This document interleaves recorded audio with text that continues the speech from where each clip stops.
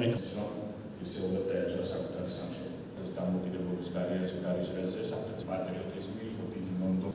მე მიამაყება, რომ ნებისმიერ ქართველ ვაჟს დიდი პატივი, მე ვთვლი, რომ არ არსებობს იმ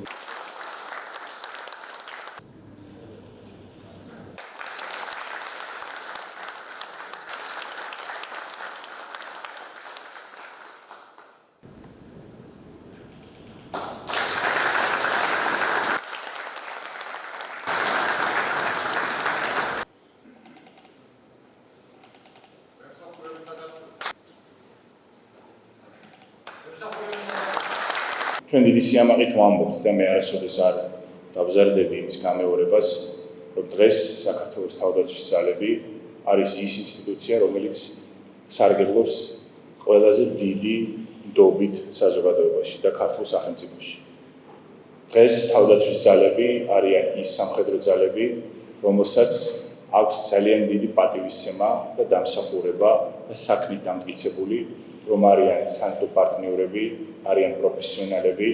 დღეს ჩვენ ვსაუბრობთ იმ ადამიანებზე, რომლებმაც 3-10 წლეულზე მეტი ემსახურნენ საკუთარ სამშობლოს. პირველ რიგში თქვენ გეკუთვნით დიდი მადლობა ამისთვის.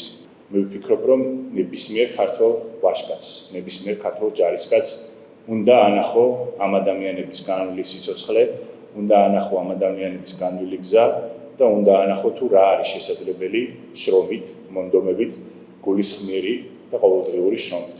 კიდევ ერთხელ მინდა მოგილოცოთ ეს დიდი პატივი. დღეს თავდაცვის მინისტრმა და თავდაცვის ძალების მეთაურმა დააჯილდოვეს ის სამხედრო მოსამსახურეები, ვისაც წლების განმავლობაში უფრო სწორედ 30 წელზე მეტი აქ ნამსახურები თავდაცვის სამინისტროში, თავდაცვის ძალებში.